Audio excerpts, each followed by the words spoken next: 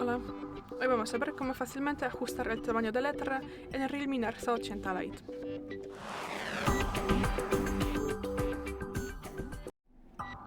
Pasamos a los ajustes, luego abrimos aquí la pestaña pantalla y brillo, bajamos y nos interesan aquí estas dos posiciones. Pues bueno, podemos comenzar con la fuente y aquí tendremos que ajustar según nuestras preferencias y si queremos restablecer el tamaño a los ajustes predeterminados, para esto pulsamos aquí restablecer, confirmamos y ya.